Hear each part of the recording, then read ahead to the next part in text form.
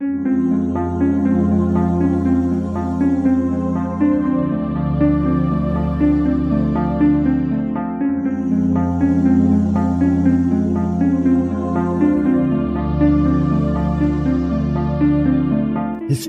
tells the story of the world and of our lives. Sometimes that history goes bump in the night.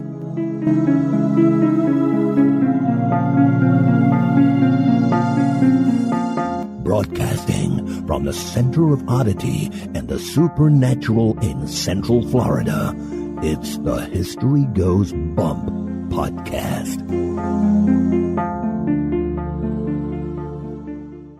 Hello, you spooktacular people. Welcome to this 126th episode of the History Goes Bump podcast. Ghost tours for the theater of the mind. I am your host, Diane. And this is Denise. And on today's episode, we have a location that was suggested to us by listener Whitney Land, and she also did a lot of the research on it. That is the Driskill Hotel in Austin, Texas. Another place with some very interesting haunting stories and history, Denise. Before we get into that, we do want people to check out our website at historygoesbump.com. And if people want to send us feedback, Denise, where can they do that? They can do that at historygoesbump@gmail.com. We do want to send out a congratulations to our fellow podcast brother, Patrick Keller, over at the Big Sands podcast. Woohoo, Patrick! Way to go! He made it into the finals of the podcast awards, so we encourage our listeners to start voting for him on May 29th, 2016 in the Science and Medicine. Medical. I think it's the Science and Medicine category. So congratulations to you, Patrick. We didn't make it in the Society and Culture. We just want to thank all of our listeners who did vote for us for doing that. We greatly appreciate it. And we got some messages from you guys. And this is from Andy on our website. Hello, ladies. I found you in February of this year. You have made my work days so enjoyable. I'm a merchandise planner, so I sit and run queries at work and spreadsheets all day. You ladies keep me from analysis paralysis. Seriously. I'm actually able to be more focused on what I'm doing while listening to these great stories. You two crack me up with your banter, and your love for what you do comes across in every episode. Thank you so much for bringing your show to the world. I share it with everyone. And thank you very much, Andy, not only for the comment, but for sharing our show. Cindy Fellows let us know on the fan page, okay, I'm addicted to History Goes Bump. We have said there's a group for that, Denise. No, I think we're keeping groups from ever forming of that. Lots of fun, interesting, and creepy history. Love the two hosts who have a fun banter with each other and they make you laugh. Thanks, Denise and Diane, for a great podcast. I started with your first podcast, and I'm all the way up to 106. I told her she better slow down or she's going to run out here pretty quick. And we also heard from Stacey Dran in Australia, listening to you two from Melbourne, Australia.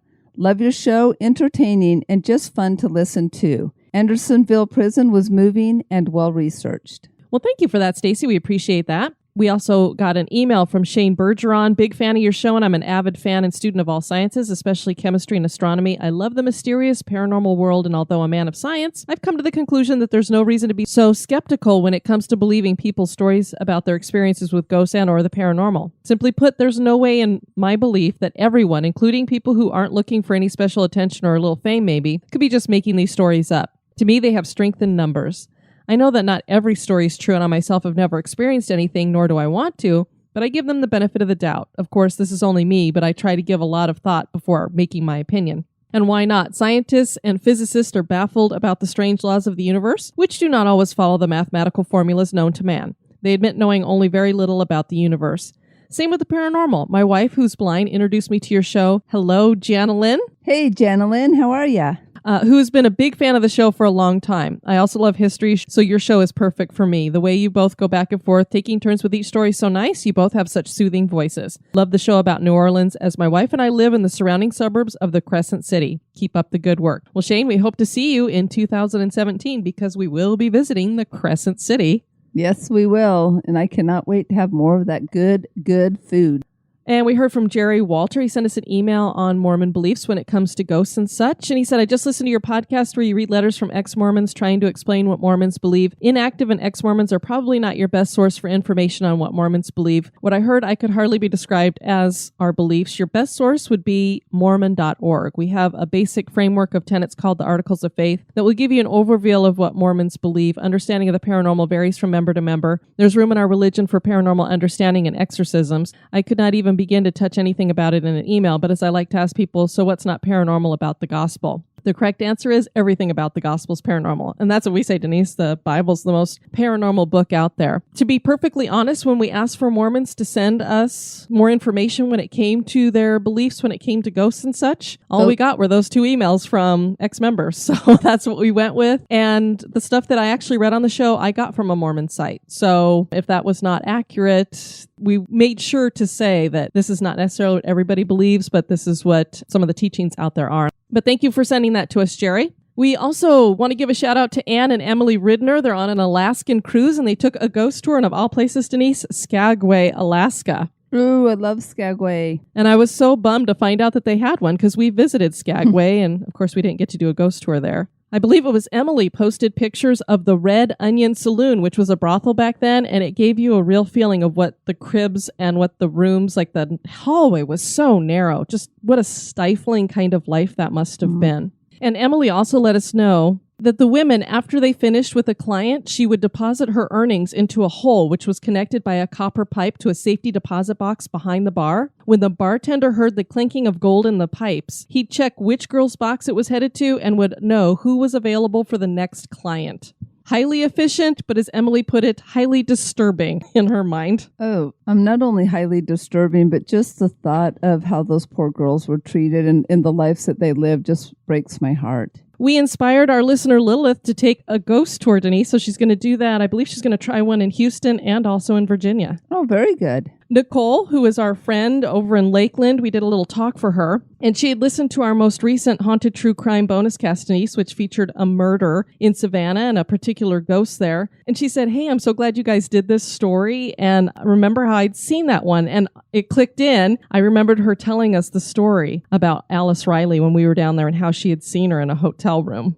I know, that was just so uncanny because I didn't put 2 and 2 together until she went, and then all of a sudden it's like, oh my gosh, you told us. So somebody we've met also experienced that ghost. So it's just crazy. And it wasn't in one of the squares. It was actually in her hotel room that she saw her. So we were like, whoa. Want to give a shout out to David Whiting over at ghostaddict.com. He's got our podcast up on his website, Denise. So I thought that was very cool. Yes, thank you. So thanks for doing that, David. We want to welcome to the Spooktacular crew, Johnny. Hey, Johnny. April. Hi, April. Colin. Hey, Colin. And Courtney with a K. And Courtney with a K. Denise, are you ready to go have a little bit of a stay down there in Texas? Absolutely. Here we go.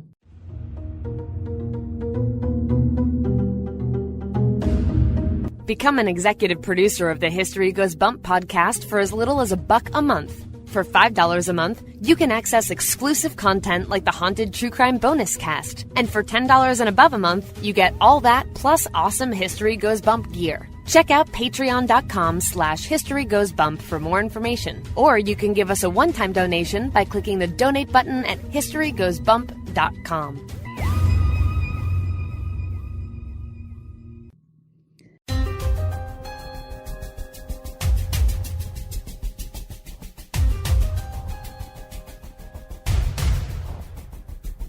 History is full of oddities, curiosities, mysteries, and the truly bizarre. Welcome to this moment in oddity.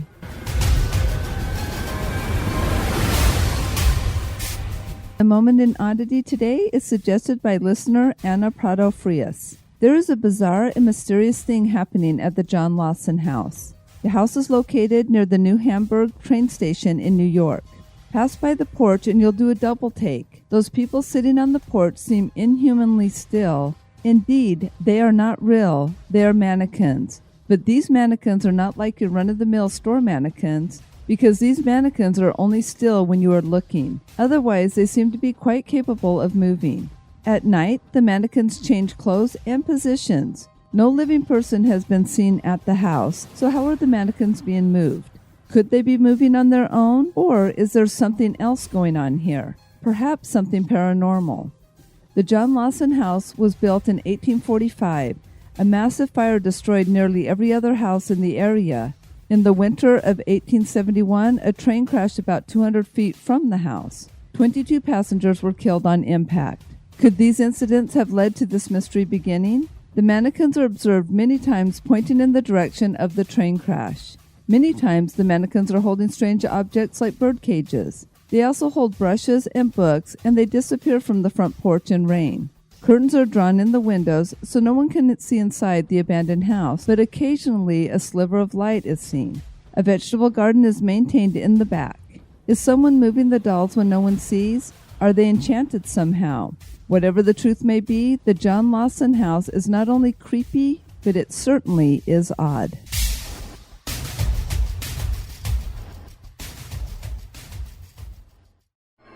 Turn out the lights. The party's just getting started.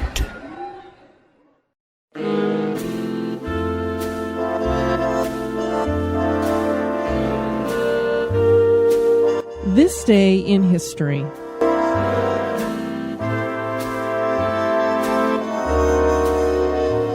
This Day in History is by April Rogers Crick and her son Cortland.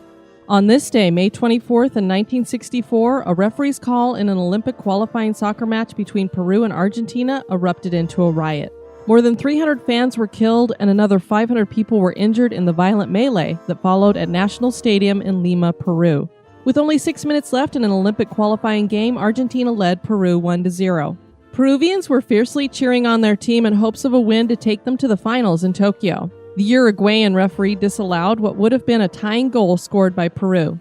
National Stadium was filled with 40,000 fans when the call was made, causing fans to erupt in anger, and a riot ensued. The angry mob started breaking down barriers and swarmed the field, causing the players and officials to abandon the game. In an effort to stop the rioting, police threw tear gas and released dogs into the crowd. Hundreds of spectators were crushed and trampled as the crowd charged towards the exits to escape. Children and women were thrown to the ground, but the uncontrolled mob pushed on. Some fans broke down a section of the wire barrier surrounding the pitch and set fire to benches and terraces. A wall was kicked down in an attempt to invade the field and get at the referee. The pitch was littered with stones, bottles, and cushions. A group of people set fire to buses and cars, but scattered when police rode in on horseback. Soon reinforcements arrived for the outnumbered police and a large number of arrests were made. For 3 hours, youths rioted and set fire to houses and businesses. 21 prisoners managed to escape from the Lima prison. Thousands of people swarmed hospital entrances looking to see if their loved ones were among the dead or injured. The extent of a disaster like this at a soccer match has only been surpassed once, and that was at a game in Moscow in 1982.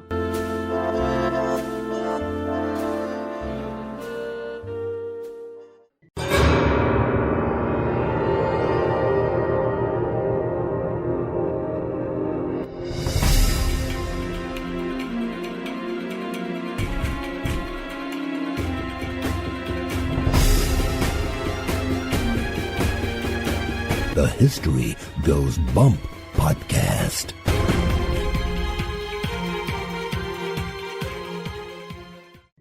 The Driskill Hotel was built in Austin, Texas, and it's no surprise that this location was chosen as it is the terminus of the southernmost route of the Chisholm Trail. The hotel was built in the late 1800s and serves guests to this day. It emanates a timeless charm, and the hotel claims that every room tells a story. There are stories here for more than just the living, though. Some consider this to be the most active paranormal location in Austin. There's a legend of suicidal brides, and there are spirits of others who have died there. Join us as we explore the history and hauntings of the Driskill Hotel. Austin is the capital of Texas. The earliest residents were believed to be the Clovis culture who lived here during the Ice Age. The Tonkawa tribe were here before the first immigrants arrived from Sweden, Germany, and Mexico. The original settlement was named Waterloo.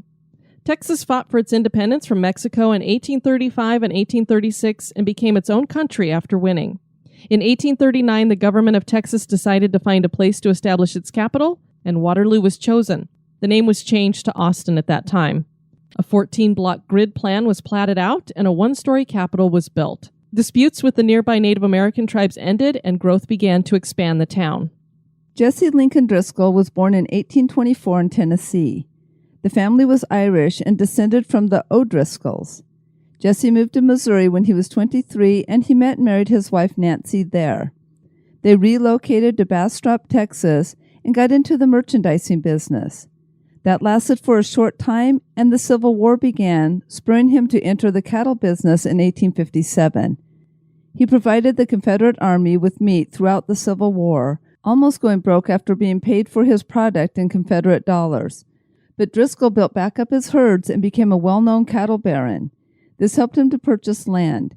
He purchased an entire city block that was a corner plot of land located at Brazos and Pecan, modern-day 6th Street, in Austin for $7,500.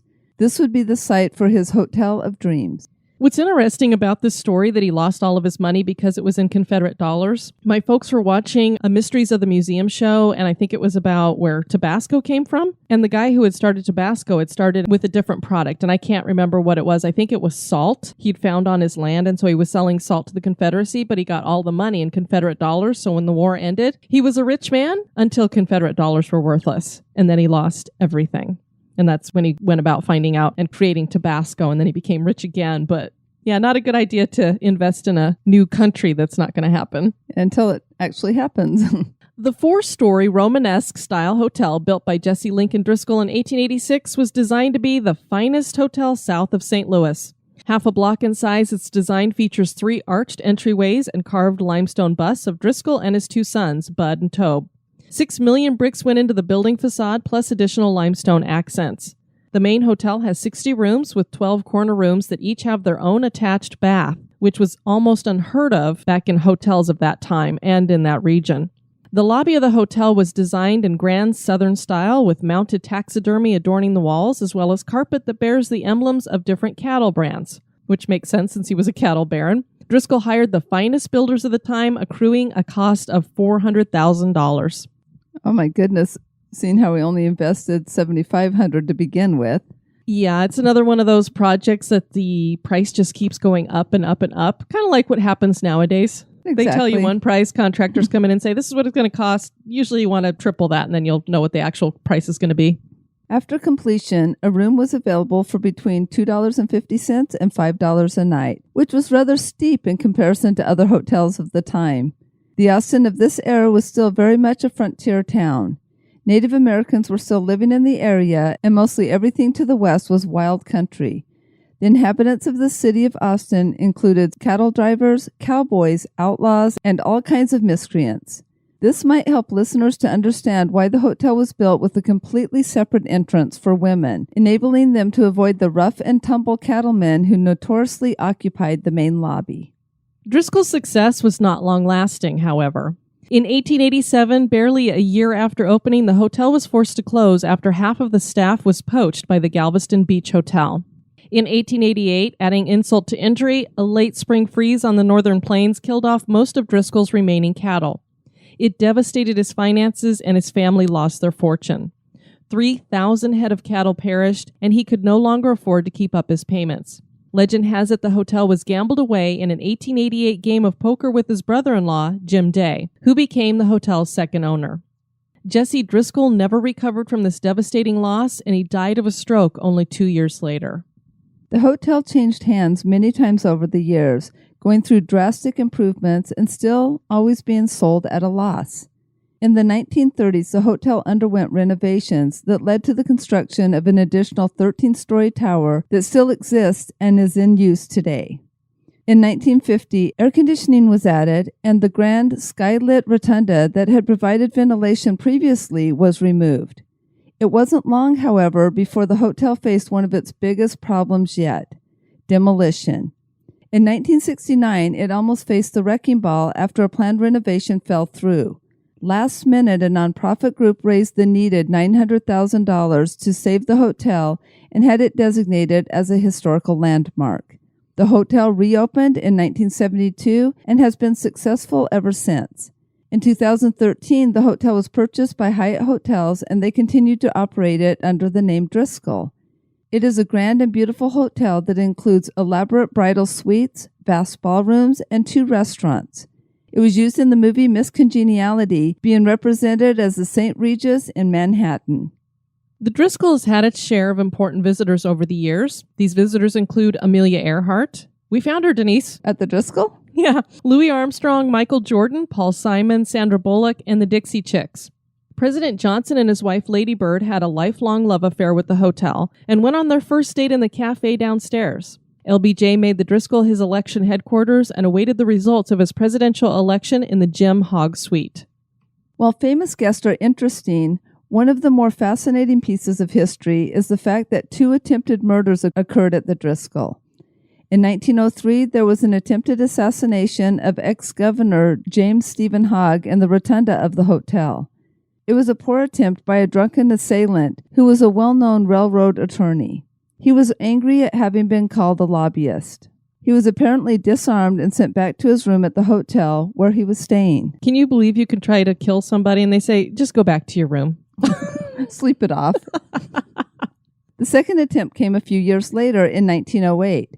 2 lawyers had angered each other the previous day in court, and after knocking back a few drinks at the hotel bar, they drew their guns and shot at each other in the lobby. They both managed to hit each other, but they survived. Hotel guests are said to have hid behind the large columns in this area of the hotel during the shootout.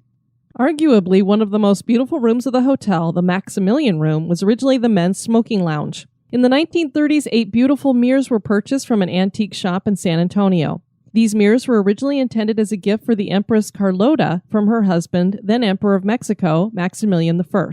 His Mexican empire was short-lived, however, and many governments refused to recognize him, including the United States, considering his rule of Mexico to be a puppet regime of France. French armies withdrew from Mexico in 1866, and Max's empire collapsed. He was captured in 1887 and executed by Benito Juarez, the president of the Republic of Mexico. His wife fled, and their home and belongings were looted.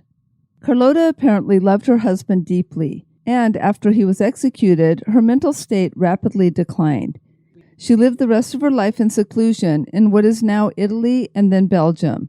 She loved her late husband until her death, all this time reportedly treasuring every item that her and Maximilian had shared together. Reports of her insanity vary and are hard to verify, but it is said that as she aged, her illness receded. Carlota was struck down by an influenza-induced bout of pneumonia at the age of 86 in 1927. It would be only 3 years until the Driskill would acquire the mirrors that were intended to be a gift to Carlota from her beloved husband. 8 gold-leaf, sterling, and crushed diamond mirrors that now hang in the Grand Maximilian Ballroom, each one bearing the bust of a young, beautiful Carlota. I bet those are something to see. I bet you they are. And this is where our ghost stories begin. There are tales of Carlotta's ghost haunting the Maximilian Room, which makes sense since there's all these mirrors in that room. Denise, we know mirrors and spirits seem to go hand in hand with each other. I know, it's uncanny, but they do seem to be connected. A wedding photographer setting up his equipment one day thought a bride had entered the room prematurely. Wondering why she was wearing a period costume instead of traditional bridal wear, he turned again to speak with her, but she was gone. It was then that he couldn't help but notice the young lady's resemblance to the busts that adorn each mirror. The spirit of the Colonel, which was a nickname bestowed upon Driskill by the Confederates during the war, supposedly still haunts his hotel. He leaves behind the smell of lingering cigar smoke in guest rooms. He's appeared to a few guests as a full-bodied apparition as well. He apparently prefers to show himself to females. He even has a song attributed to him. In 1992, Concrete Blonde released their album Walking in London, which included a song called Ghost of a Texas Ladies Man. This song is a musical homage to Colonel Driskill. The band's lead singer, Johnette Napolitano, recounted in an interview with the Houston Press that she told her band the hotel was haunted because someone kept turning the lights in her room on and off when she stayed there. Incidentally, the drummer for Sting was hanging out with the drummer from Concrete Blonde in the hotel bar and said that he heard a woman tell the exact same story the night before, except this woman said the ghost had grabbed her. Napolitano is not the only musician to have experiences of a supernatural nature at the Driskill. Annie Lennox of the Eurythmics tells a story about staying at the Driskill while on tour. Having laid out 2 different dresses on the bed, unable to decide which to wear that night, she took a shower. Upon getting out, she discovered only one dress on the bed and the other now packed away. She took this as a sign and wore the dress left out on the bed. And one has to wonder who made that choice for her. One of the most prevalent yet hard to verify stories is about room 525 and its double suicide brides. The brides took their lives both in the same room, yet 20 years apart, Denise. This is kind of like that story that people told us about Waverly Sanitarium, that there was 2 nurses had died in the same room and committed suicide in the same room. The first story goes that following her groom calling off the wedding, a Houston bride drove his car to Austin and rented a room at the Driskill. She then went on a shopping spree with his credit card. Guests reported seeing a woman overloaded with shopping bags exiting the elevator on her floor. That was the last time she was seen alive. A few days later, a hotel maid, noting that the woman had not left or been seen in several days, went into room 525. Upon entering the bathroom, she found the bride dead in the tub, apparently of a self-inflicted gunshot wound that she muffled with a pillow. Adding credibility to the story are the hotel's 18-inch thick walls, which Driskill built for privacy as well as fire prevention. So no wonder nobody hurt or shoot herself. You wonder why she bought all the stuff unless she's just trying to bankrupt him. I would have bought all the stuff and split. Yeah, I think I would have done the same thing, but I guess it was one last little screw you. Her ghost has been seen by guests at the hotel when that area was under renovation. 2 women saw a female guest overloaded with shopping bags making her way to the room on the floor with a heavy construction going on. One of the women asked her, "Doesn't all that noise bother you?" To which she replied, "No, it doesn't." Upon checking out, she asked the front desk why someone would be staying in a part of the hotel undergoing renovations. He assured her that no one would be staying there. Insistent that she saw someone enter a room and now becoming alarmed, the desk clerk took her to the room to investigate. Upon opening the door, there was no furniture and everything was covered in plastic. The second suicide bride is from an earlier time. This is the best we could do as the hotel does not give specific dates for either of the infamous jilted brides. She was staying at the Driskill in preparation of her wedding. Her husband-to-be called everything off the night before they were supposed to be married, and she hung herself in room 525.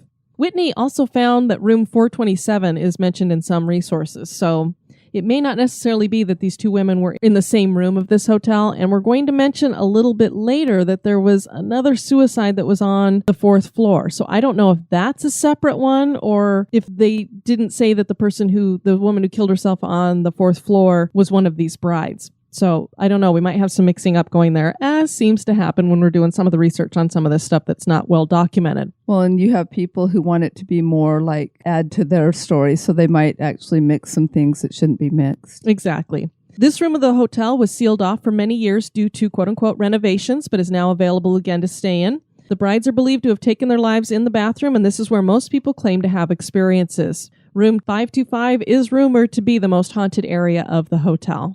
One of the most famous ghost tales claims to be that in 1887, a senator's 4-year-old daughter named Samantha was playing with a ball on the main staircase, and she fell to her death on the marble floor below. Guests report hearing a child's laughter and what sounds like a ball bouncing near the staircase.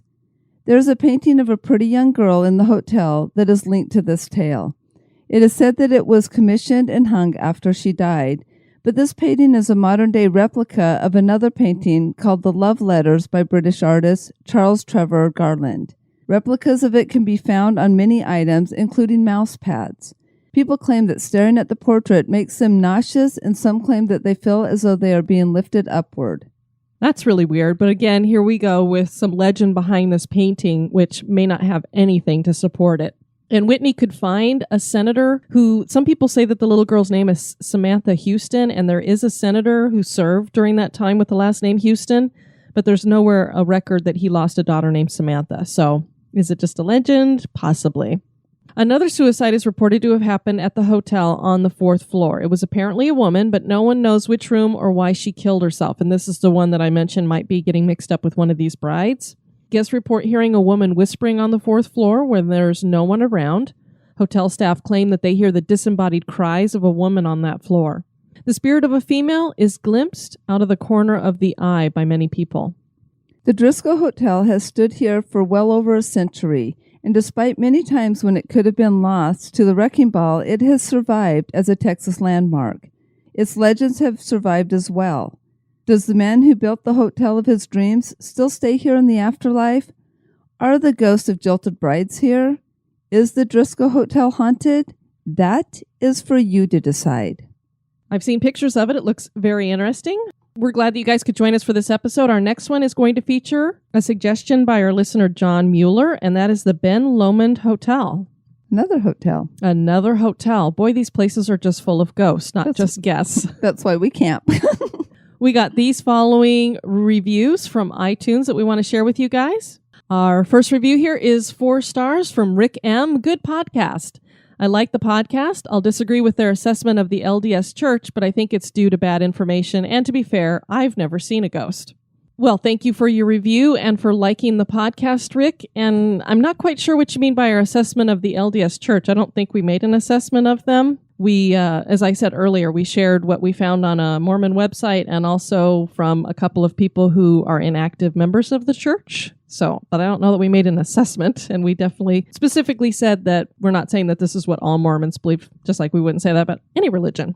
And then we got a 5-star review from Rebecca Jane, 1981, Bump. I love listening to this podcast. Diane and Denise really helped me get through the day. Thanks, ladies. Well, you're welcome, Rebecca. Thanks for tuning in. And we got 5 stars from Charles, 72958, History Goes Bump podcast. Hi, I'm Charles, an OTR truck driver in the U.S., another one of our truck drivers. Love your podcast, very well given and factual. Love the subjects you've touched on, but I guess Arkansas doesn't have many ghost stories except Bigfoot in the 60s and 70s. Still, I'm going through all back episodes. They keep me busy on long drives. Keep up the good work. Love you guys. Well, thank you, Charles, for listening to us while you drive. And obviously, you are a brand new listener and haven't made it through all the archives. Otherwise, you'd know there are ghost stories in Arkansas. One of the first places we featured was the Crescent Hotel in Eureka Springs, which is the one that most people that we know have been like, have you done that one? Have you looked at that one? So it's a very popular location. I know. My aunt and uncle, when we told them we did a haunted history podcast, they said, oh, we stayed in a haunted hotel. It was this one in Eureka Springs called the Crescent. Have you heard of it? We're like, yes, we have. You want to hear something really bizarre about this, though, Denise? Yes. Charles posted this on May 19th. I go into the Spooktacular crew and I see that April, one of our researchers, has posted a picture announcing this day in history, which would have been May 20th. The Crescent Hotel opened. That's a little bit of that synchronicity out there. Yes, it is. That he would happen to post the day before its opening many years ago. Oh, you haven't covered anywhere in Arkansas. And then April posts that. I mean, I just was like, whoa, that's weird. Thank you for those reviews. We're so glad that you were here with us for this show. I have been your host, Diane. And this has been Denise. You take care now. Bye-bye. This episode has been brought to you by our executive producers. We'd like to welcome new executive producers, Ron Vernon, Jen Belkis, and April Barber. Thank you. Have a spooky experience that occurred at an historic location? Want to give us feedback or have a suggestion for the show? Share it with us at historygoesbump@gmail.com. Societies rise and societies fall. When the time comes, one society steps forward to build a better future. The Wicked Library, Kettle Whistle Radio, Night Story Podcast, Prog Watch, Red Horse Radio, The Lift, History Goes Bump. Listen, the M Writing Podcast, Society 13. Rebuilding society, one podcast at a time.